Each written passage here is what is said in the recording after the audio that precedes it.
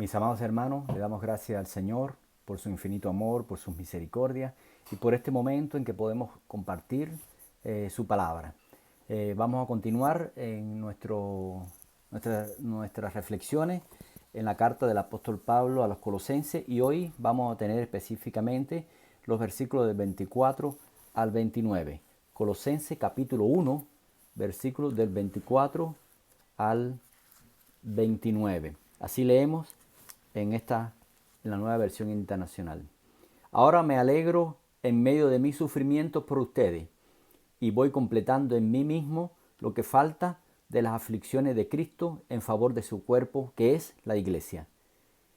De esta llegué a ser servidor según el plan que Dios me encomendó para ustedes, el dar cumplimiento a la palabra de Dios, anunciando el misterio que se ha mantenido oculto por siglos y generaciones, pero que ahora se ha manifestado a sus santos.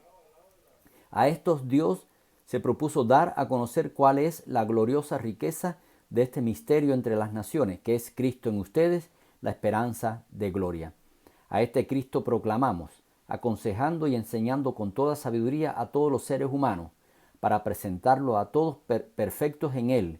Con este fin trabajo y lucho fortalecido por el poder de Cristo que obra en mí. Les invito, mis hermanos, que oremos. Padre bendito, te damos gracias, alabamos tu nombre. Gracias por tu palabra, te suplicamos que nos ayude para poder hacerla fiel a nuestra vida. Ayúdanos, Señor, te lo rogamos en el nombre de Cristo. Amén. Bueno, mis hermanos, le quiero compartir una anécdota del pastor y predicador R.C. Sproul. Él nos cuenta que tuvo intercambio de palabras con uno de sus discípulos, uno de sus estudiantes, en uno de los seminarios que él enseña. Dice él de esta manera: recuerdo a un estudiante que mirándome embelesado me preguntó, ¿cómo es para usted ser simplemente un pastor? Perdí los estribos, exploté con indignación. ¿Qué quiere decir que solo soy un pastor de una iglesia local? ¿No se da cuenta de que el ministerio en una iglesia local es el llamamiento más alto que existe en la tierra? Dios solo tuvo un hijo y lo hizo predicador. En realidad, el señor Sproul solo se estaba divirtiendo con este muchacho, este estudiante que no sabía dónde meterse, debajo de una silla, por lo que el profesor le estaba diciendo. Lo que sí él quiso decirle a este joven, que el ministerio cristiano es el llamamiento más alto que existe. Por supuesto, a pesar de que estamos llamados a muchas ocupaciones diferentes y todas son santas si son la voluntad de Dios, el ministerio del Evangelio en sus distintas formas es el llamamiento más alto posible. Cualquiera de nosotros puede tener alguna profesión o un oficio de cualquier tipo. Si lo hacemos para la gloria del Señor, es algo sublime, algo que el Señor siempre va a respaldar. El apóstol Pablo, en esta carta, tras introducirnos sucesivamente en la supremacía de Cristo, primeramente, él habla de la supremacía de Cristo en la creación, en este capítulo primero de la carta a los Colosenses, versículos del 15 al 17. Después habla que es cabeza de la iglesia, la cual es el cuerpo de Cristo, y también la supremacía del Señor Jesucristo en la reconciliación. Ahora el apóstol Pablo nos da una perspectiva magnífica sobre el ministerio que él tenía, ¿no? Sobre el ministerio de predicar el evangelio a todas personas. Es una visión extraordinariamente equilibrada que delinea 4 aspectos de su ministerio, que puedan también ser el ministerio nuestro, ministerio de nosotros como cristianos, un ministerio, como yo decía anteriormente, un ministerio a tiempo completo, independientemente de donde nosotros estemos, donde nosotros trabajemos. Tenemos un ministerio como cristianos a tiempo completo. Eso hay que tener en cuenta una actitud ministerial. Él aquí habla de su cometido ministerial, de su propósito ministerial y su devoción ministerial. Será especialmente útil estos aspectos a los que nos dedicamos profesionalmente al ministerio, pero debería también resultar igualmente útil para cualquier creyente serio, porque todos estamos llamados al ministerio cualquiera que sea nuestra vocación formal. O sea, que nosotros en donde quiera que estemos, somos embajadores de Cristo y proclamamos con nuestros testimonios y con nuestras palabras que somos hijos de Dios. En primer lugar, en versículo 24, vamos a ver la actitud ministerial que tenía el apóstol Pablo. Le están mostrando a los hermanos de Colosas y también a nosotros en la era presente. Dice así: ahora me alegro en medio de mi sufrimiento por ustedes y voy completando en mí mismo, lo que falta de las aflicciones de Cristo, en favor de su cuerpo, que es la iglesia. El apóstol Pablo dice explícitamente que se goza en lo que padece. Desde una perspectiva no cristiana, cualquiera va a pensar que es algo raro, un masoquismo, pero no es así, porque también en la carta del apóstol Pablo a los Romanos, capítulo 5, versículo 3, nos habla de que debemos gloriarnos en las tribulaciones. Y en primera de Pedro, capítulo 4, versículo 13, dice que nos gocemos cuando seamos partícipes de los padecimientos de Cristo. También así en Hechos, capítulo 5, versículo 41, los apóstoles se regocijaban de haber sido tenidos por dignos de padecer afrenta por causa del nombre de Cristo. El apóstol Pablo también se regocija en esto. Ahora, ¿y por qué el apóstol Pablo se regocijaba en estos sufrimientos? En primer lugar, porque su sufrimiento hizo bien a la iglesia. Su sufrimiento hizo bien a la iglesia. Dice, en la Reina Valera dice: ahora me gozo en lo que padezco por vosotros y cumplo en mi carne lo que falta en su cuerpo, que es la iglesia. Ahora me alegro en medio de mi sufrimiento, lo dice así la Nueva Versión Internacional, por ustedes, y voy completando en mí mismo lo que falta de las aflicciones de Cristo en favor de su cuerpo, que es la iglesia. El apóstol Pablo sufrió mucho por causa de Cristo. Recuerden que él fue primero perseguidor de la iglesia, pero en el capítulo 11 de la segunda carta de él a los Corintios, se enumera la situación que él sufrió. Sufrió azote, sufrió persecución, estuvo entre enemigos, estuvo entre hermanos que no eran de confiar, estuvo en el mar también, estuvo complicado él en muchas ocasiones.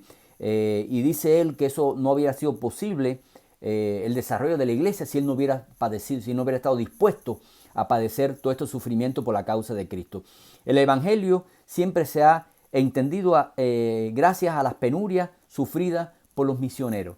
Yo tengo un libro que se titula Portales de Esplendor, que habla de la vida de unos misioneros que vinieron acá al Amazonas a predicar la palabra del Señor y fueron comidos por personas ahí que eran caníbales, por tribus caníbales. Los mataron y se lo comieron. Después de eso, una de las esposas de uno de ellos escribió este libro, porque años posteriores vinieron a esa misma zona del Amazonas y le predicaron a estas personas y se convirtieron al Señor. Ahora ya no son tribus caníbales, ahora son hermanos en Cristo. Ellos tuvieron que padecer ese sufrimiento por causa de Cristo para que estas personas pudieran conocerlo y pudieran ser hijos también del Señor. Hay algo útil en esto, ¿no es verdad? Aunque ellos sufrieron martirio, muchos conocieron al Señor. John Newton, el autor del himno Sublime Gracia, dijo en una ocasión: Dios elige a sus ministros para que se ejerciten con sufrimiento interior y exterior.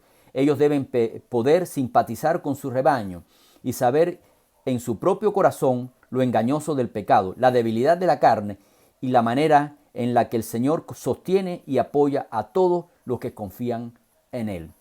Los siervos de Dios se benefician y todo el mundo sale beneficiado cuando hay sufrimiento, pero sufrimiento, hermano, sufrimiento por la obra de Cristo, no sufrir por encarcelamiento, persecución, por malhechor, es por predicar el Evangelio de Cristo. En segundo lugar, el apóstol Pablo describió su sufrimiento como cumplir, dice, en mi carne lo que le falta a las aflicciones de Cristo. Ahora, esto es uno de los versículos más debatidos en la Escritura.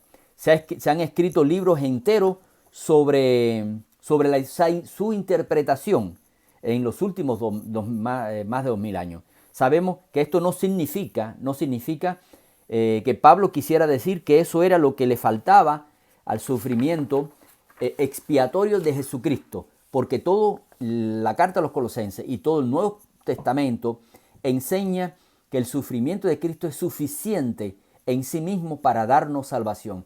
Jesucristo vino a este mundo a morir por los pecadores, por nosotros, por toda la humanidad, y con eso nos compró con su sangre. No hace falta ningún otro sacrificio, no hace falta ningún otro sacrificio.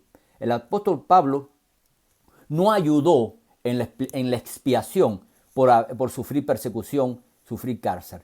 Ese fue trabajo único de Cristo. Pero una cosa que enseña realmente la frase, que todo el mundo está de acuerdo con eso, es que se establece una identificación entre Cristo y la iglesia mediante el sufrimiento. Fíjense, el apóstol Pablo, como yo le decía, hermano, fue un perseguidor de la iglesia antes de ser el apóstol Pablo. Saulo de Tarso fue perseguidor de la iglesia. Él echó a muchos hermanos en la cárcel, permitió la lapidación de Esteban y todo eso. Y cuando él iba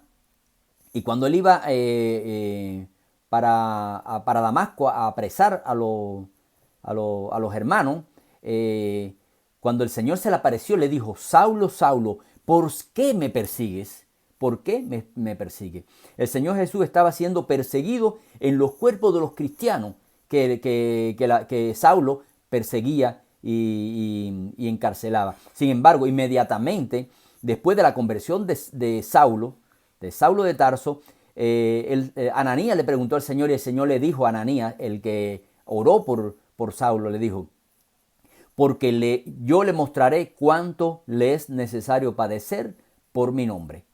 Cuánto le es necesario padecer por mi nombre. Eso aparece en el capítulo 9 del libro de los Hechos. Ahora, el apóstol Pablo sufriría, y Cristo sufriría en él una verdad fundamental, porque el Señor sufre con el sufrimiento de cada uno de sus hijos. Entonces, ¿qué quiso decir el apóstol Pablo con las palabras lo que falta de las aflicciones de Cristo? Bueno, en resumidas cuentas, hay muchas opiniones. Nadie se ha puesto de acuerdo con lo que significa realmente eso. Lo que sea como sea, una cosa está clara. El apóstol Pablo sabía que sus sufrimientos eran buenos para la iglesia y que le acercaban especialmente a Cristo. Cada golpe que caía sobre su cuerpo, cada agonía, cada encarcelamiento, cada situación que él sufría por el nombre de Jesucristo, lo unía más con él, lo unía más con su cuerpo, con la iglesia. La experiencia del apóstol Pablo fue como la de Sadrach, Mesach y Abednego en el libro de Daniel, cuando fueron echados en el horno ardiente. Cuando veían, no estaban ellos tres solamente, había uno más. Dice la Reina Valera, el Espíritu, el ángel de Jehová. O sea, Cristo preencarnado estaba allí sufriendo con ellos y librándolo también del horno de fuego. El capítulo 3 de la carta del apóstol Pablo a los Filipenses, capítulo 3, versículo 10, nos dice de esta manera: lo he perdido todo a fin de conocer a Cristo, experimentar el poder que se manifestó en su resurrección, participar de su sufrimiento y llegar a ser semejante a Él en su muerte. Ahora, el apóstol Pablo sabía que sufrir era miserable, pero la resultante sensación de unirse con Cristo era maravilloso. También leamos los versículos 25 al 27 del capítulo 1 de Colosenses, que nos habla del cometido ministerial del apóstol Pablo. De la iglesia, llegué a ser servidor según el plan que Dios me encomendó para ustedes, el dar cumplimiento de la palabra de Dios. Este cargo tiene la predicación como función fundamental, especialmente la exposición bíblica, pero no es la exposición específicamente desde el púlpito, desde una plataforma como esta que estoy utilizando. Es la exposición de la palabra del Señor a través de cada uno de nosotros, con nuestro testimonio, con nuestro vivir diario. Ahí estamos nosotros predicando la verdad de Dios en nuestra vida. Estamos mostrando que Jesucristo es nuestro Señor. La frase que viene aquí dice: para que anuncie la palabra de Dios, significa literalmente que yo pudiera completar la palabra de Dios. La idea es exponer plenamente la palabra de Dios. La gente no puede conocer a Cristo sin conocer la Escritura. Tienen que conocer a Cristo a través de la Escritura. Le hablamos del Señor, se convierte en el Señor, pero hay que enseñarlo, hay que exhortarlo, hay que animarlo y orientarlo para que sigan creciendo. La predicación debe abrir la palabra del Señor. El apóstol Pablo afirma aquí que tal predicación es primordial para un auténtico ministerio. No hay atajo, es necesario trabajar en el conocimiento de la palabra del Señor. Fíjense que lo especifica bien en los versículos 26 y 27 de este primer capítulo de la carta del apóstol Pablo a los Colosenses, anunciando el misterio que se ha mantenido oculto por siglos y generaciones, pero que ahora se ha manifestado a sus santos. A estos Dios se propuso dar a conocer cuál es la gloriosa riqueza de este misterio entre las naciones, que es Cristo en ustedes, la esperanza de gloria. La predicación del apóstol Pablo expone un misterio que de alguna manera era el propósito salvador de Dios, que se iba a extender también a los gentiles. Por ejemplo, busquemos por favor Isaías capítulo 49, versículo 6. Isaías capítulo 49, versículo 6 nos enseña de esta manera. En la Nueva Versión Internacional lo dice de esta manera: no es gran cosa que seas mi siervo, ni que restaure a las tribus de Jacob, ni que hagas volver a los de Israel, a quienes he preservado. Yo te pongo ahora como luz para las naciones, a fin de que lleves mi salvación hasta los confines de la tierra. O sea, aplicándolo a nuestra vida actual, no es gran cosa que seamos siervos de Dios, no es gran cosa que seamos cristianos. Está bien, es bueno eso, pero no ser cristianos para nosotros mismos, sino, dice, yo te pongo ahora como luz para las naciones, a fin de que lleves mi salvación hasta los confines de la tierra. Es el objetivo de nuestro ministerio cristiano, llevar el amor de Dios a todas las personas. Los antiguos judíos y gentiles no se llevaban bien. Ellos no se podían prácticamente ni ver. Recuerden los judíos con los samaritanos. Pero el misterio ese era que Dios en uno solo, en Cristo, unió a todas las tribus. Había un misionero en África que él era profesor en un colegio, en una escuelita, y él iba en un bus pequeño donde llevaba a los alumnos, pero habían alumnos de distintas tribus, habían alumnos de distintas razas, habían blanquitos, había más morenos, y habían discusiones entre ellos por la situación de la raza. Entonces él les dijo a ellos que todos pensaran que todos eran de color verde, para que no haya distinción entre uno y otro. Los antiguos judíos y gentiles eran así, pero con bastante menos humor de lo que hizo este misionero. Pero sí, ellos estaban completamente separados uno de otro. Era un misterio para todos ellos que llegaran a ser uno, a ser iguales. Después llegó Cristo nuestro Señor, y la pared intermedia que los separaba fue derribada, y los judíos y los gentiles se convirtieron en un solo nuevo hombre, haciendo la paz mediante la sangre de Cristo en la cruz. En Efesios capítulo 3, versículo 4 a 6 nos dice de esa manera: ese misterio que hablamos, que en otras generaciones no se le dio a conocer a los seres humanos, ahora se les ha revelado por el Espíritu a los santos apóstoles y profetas de Dios. Es decir, que los gentiles son, junto con Israel, beneficiarios de la misma herencia, miembros de un mismo cuerpo y participantes igualmente de la promesa en Cristo Jesús mediante el Evangelio.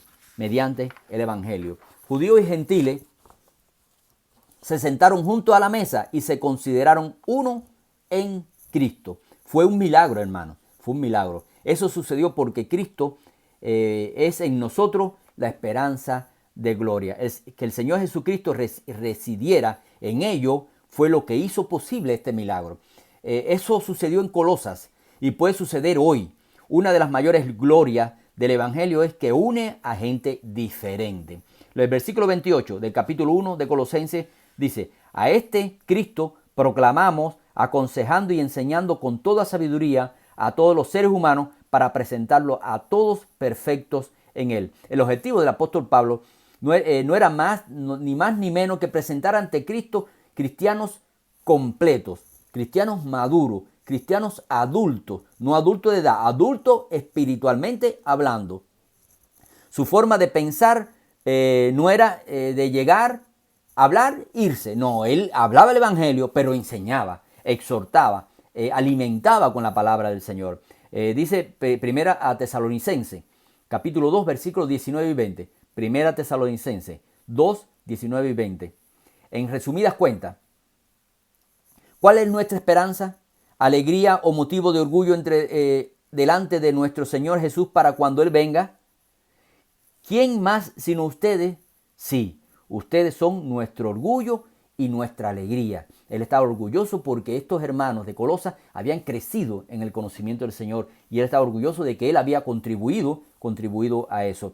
El medio del que el apóstol Pablo de hacer que estos creyentes maduraran, según el versículo 28, tenía tres partes: anunciar, amonestar y enseñar.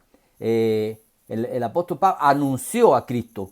Cristo era el principio y el fin de su mensaje. Como dijo George Whitefield, dijo: otros pueden predicar mejor que yo el evangelio, pero nadie puede predicar un evangelio mejor, porque hay un solo evangelio, el evangelio de Jesucristo. Cuando la predicación de Cristo hacía conversos, el apóstol Pablo también los alimentaba, los enseñaba, los exhortaba a todo hombre, a toda mujer, a toda persona. Versículo 29 del primer capítulo de Colosenses. Con este fin, trabajo y lucho fortalecido por el poder de Cristo que obra en mí. La verdad es que nadie puede esperar un ministerio bíblico auténtico sin trabajar duro. El lenguaje que usa el apóstol Pablo es trabajar sin cansancio, sin descansar, trabajar fervientemente, buscar de la Escritura, cavar lo más profundo de la Escritura para poder presentar muy bien el mensaje y para poder enseñar. En Primera Tesalonicense, capítulo 2, versículo 9 dice, lo expresa de esta manera el apóstol Pablo: recordarán, hermanos, nuestro esfuerzo y fatiga para proclamarle el evangelio de Dios y cómo trabajamos día y noche para no serle una carga. El empeño ministerial del apóstol Pablo es un modelo para todos nosotros. Nunca tendremos un ministerio auténtico a menos que estemos dispuestos a trabajar hasta el cansancio, buscando la verdad en oración, en estudio de la Biblia, para poder presentar la palabra del Señor como debe ser. El hermano, el pastor R.C. Sproul, que yo le mencionaba al principio de la predicación, tenía razón. El ministerio del Evangelio es algo glorioso, pero no tenemos que ser apóstoles o reformadores o predicadores para llevarlo a cabo. Leía hace poco de una misionera en África, una misionera que en el lugar que estaba había una señora mayor, muy mayor, tenía cerca de 80 años y era ciega. Y entonces ella habló con la misionera y le dijo: necesito que en mi Biblia, porque tenía una Biblia en francés, necesito que en mi Biblia me marques, por ejemplo, con rojo, Juan 3:16, Romanos 3:26, Romanos 6:23 y otros pasajes más. Y entonces esa señora se sentaba a la salida de un colegio allí en la localidad donde ella vivía, y cuando pasaban los niños le preguntaba: ¿usted habla francés? Sí, señora, por favor, ¿me puede leer aquí? Entonces le leía, el joven leía en francés Juan 3:16 y ella le preguntaba: ¿entiende sabe usted lo que significa? No. Entonces ella le explicaba lo que significaba ese versículo y así mostraba el amor a esas personas. Y muchas personas, muchos jóvenes de aquel tiempo, escucharon la palabra del Señor a través de esta anciana ciega que le mostraba así su palabra. Ella lo tenía todo, esta ancianita lo tenía todo. Tenía una actitud ministerial, tenía una carga ministerial, tenía un propósito ministerial y una energía, no siendo nada, prácticamente, en el sentido de no siendo una misionera, pero era misionera porque estaba explicando, estaba mostrando el amor de Dios a estos jóvenes. Este es un llamamiento para todos nosotros, no solo del púlpito, de persona a persona. El Señor nos llamó a este maravilloso, a este ministerio supremo de predicar la verdad de Dios a todas las personas. Que el Señor, mis amados hermanos, que el Señor les bendiga.